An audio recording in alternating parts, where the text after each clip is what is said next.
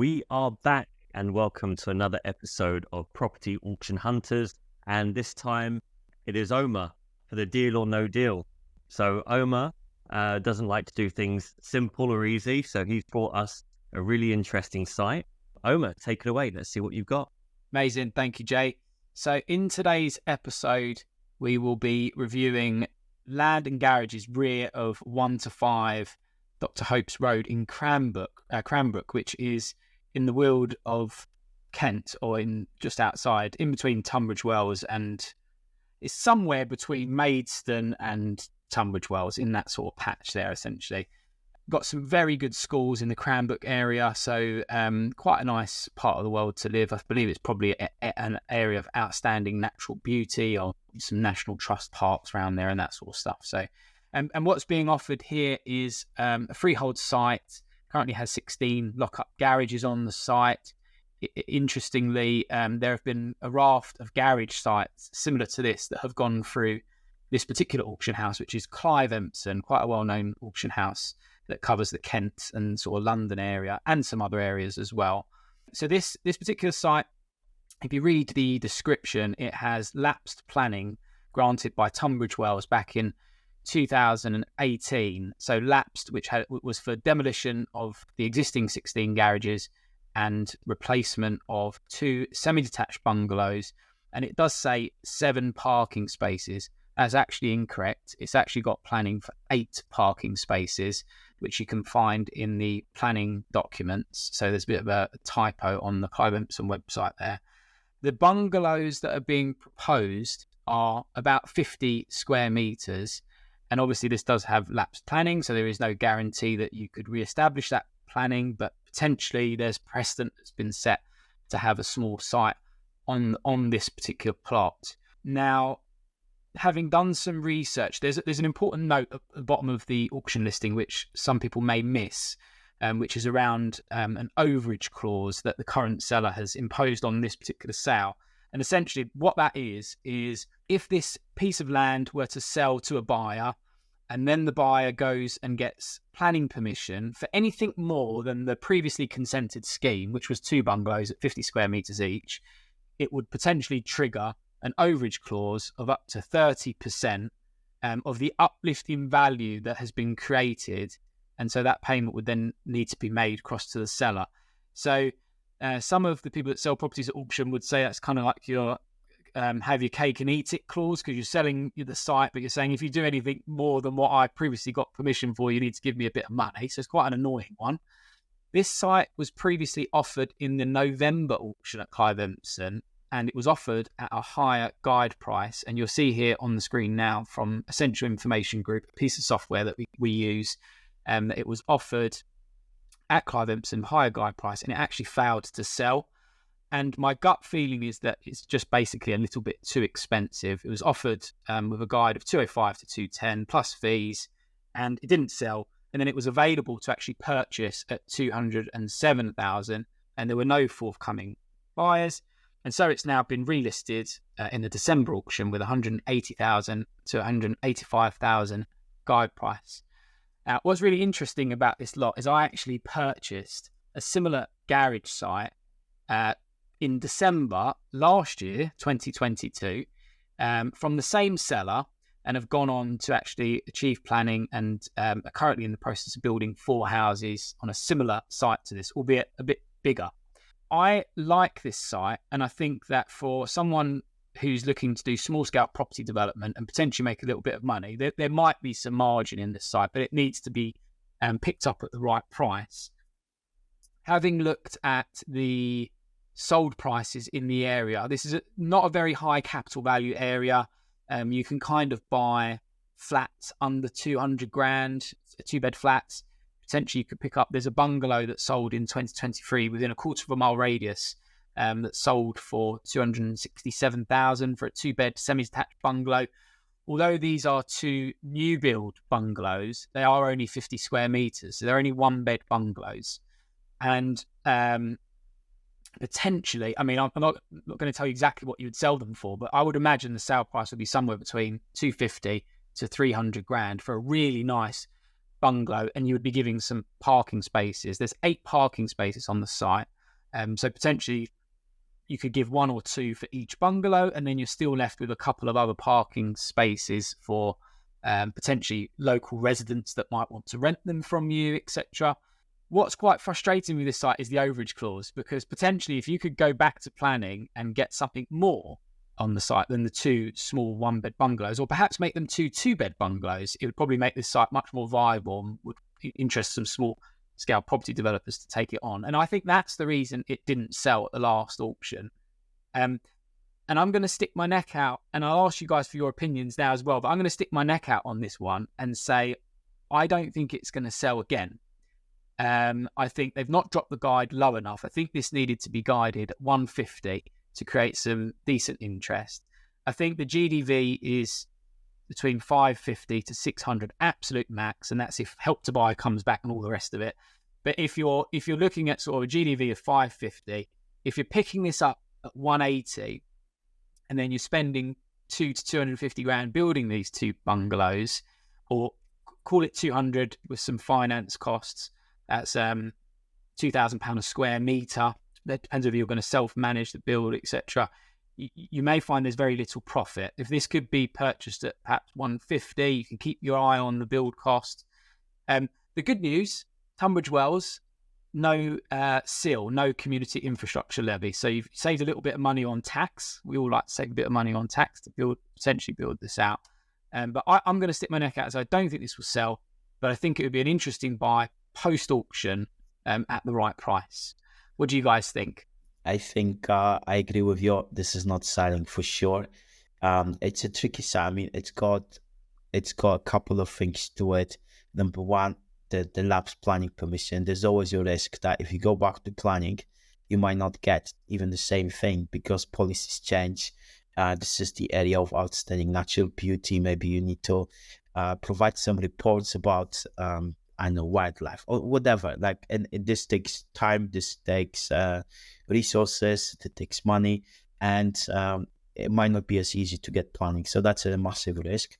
And then another risk is that the build cost is pretty high, and I think you're quite optimistic with 200k build cost. You know how to do your own kind of build, and you have your team. And I don't think everyone's got this. And unless this is a builder buying this, I can't see this being built for 200k.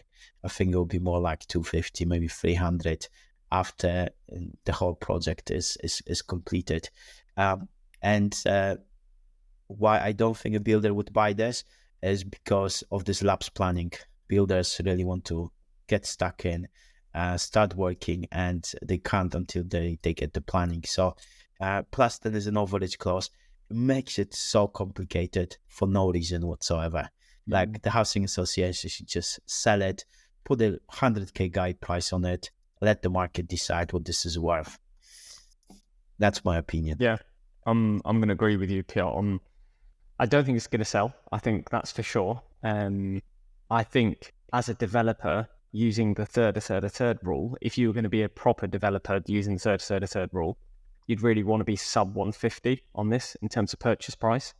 I'd even say sub 130 if you're taking into consideration planning risk, and then obviously all the other risks associated with holding the site as well, and obviously all of your finance costs and everything else. So yeah, in my opinion personally, I would either do one or two things if I was the housing association. I'd either remove the overage, right, or I'd reduce the guide price significantly, one of the two.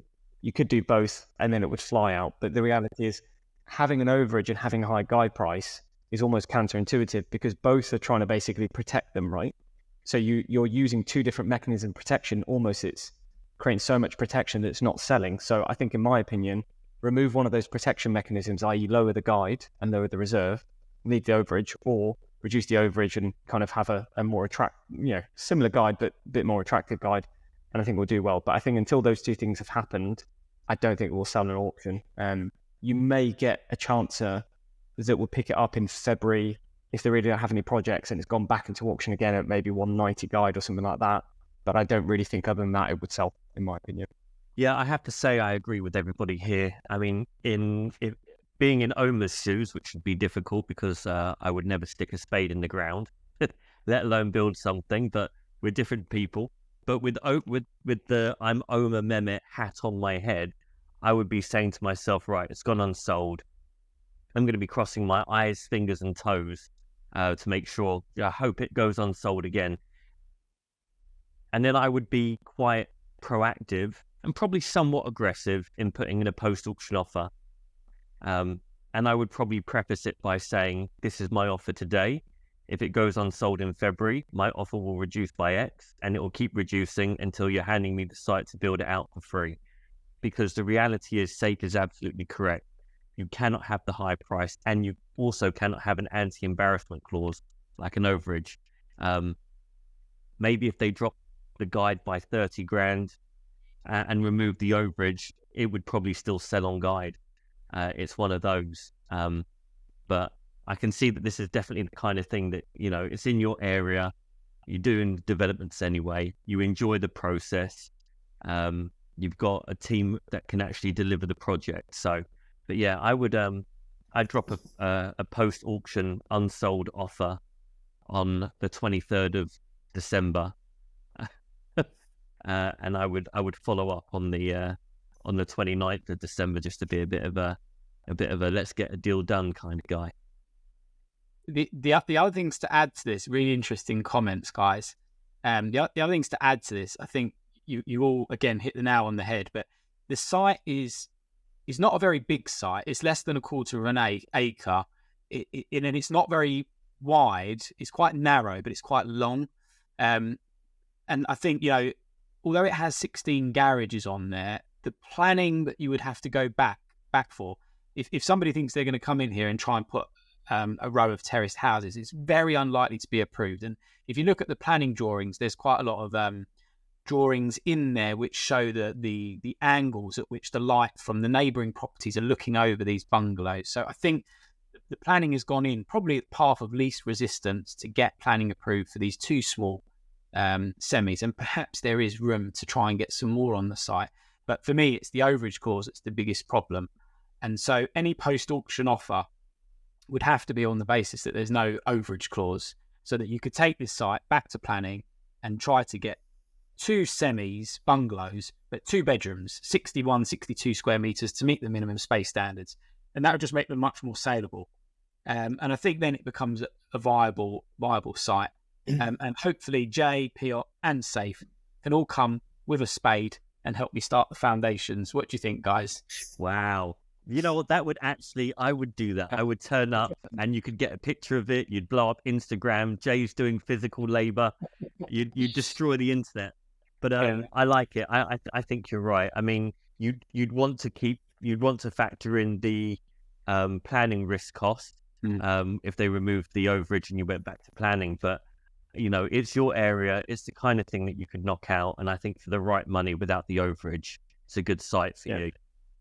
I think if you want to get Jay on site and give him a spade, you'll need to get a really good insurance, because I would not want to be responsible for it. But I also think this site is owned and it's the housing association. They've had planning since, it's a big company. They've had planning since 2018. They didn't do it. They own a lot of properties in this part. There's a reason why they didn't do it. And also, I think a lot of housing I just want to kind of highlight this trend that I see a lot, that a lot of housing association stuff, it just sits there. And even though there's housing crisis, this stuff sits there, and housing associations are not doing what they're meant to be doing, which is providing new housing and doing the things that they need to be doing. We just traded a property as well in Reading that was being sold by housing association. That property was empty for 4 years, and it was empty even though there were people interested in taking it on, but the housing association were just not managing it properly. And that is quite a concerning thing, but it's good for people who buy those things and then make money from it. Yeah, I agree. I think housing associations come in two different forms. I think you've got the ones that don't care. They're just listings really expensive and just keep reducing it until they feel like they're going to get lucky with a buyer. And I think on the other end of the spectrum, you have the very, very much the risk takers that understand how it works, put things in at a really, really low guide, and it just goes absolutely crazy. And those, as Piotr and Jay always say, are kind of the ones that they say are the best traders in the world, because they don't care if it sells for 100k guide, it will sell for 100k guide. But if it sells for £1 million, then happy days. So they don't really mind as much what it actually sells for. It's putting it in a low guide. So I think here you've got the former rather than the latter. But from my experience, just looking at doing the numbers, and we've sort of bought a similar kind of site previously from auction. I think it was 79k purchase. Cost to build it was about 240, I'd say, and then cost to sale and then the actual sale was about 400. So there's money in it, but there wasn't loads. So I think for me to do a similar kind of thing with a £550,000 GDV for something that's not going to be super attractive to sell on, it's not going to sell quickly, I would really want to be in sub 100k personally to make it really, really attractive. So yeah, we're a long way off that. Let's put it that way. So what do you guys think about this site? Would you buy this site at auction? Put your comments in the comments below and let us know how much you think this will sell for. No cheating, no looking up this property in the auction, and let us know what you think. If you like this video, hit the like, subscribe, and give us a comment.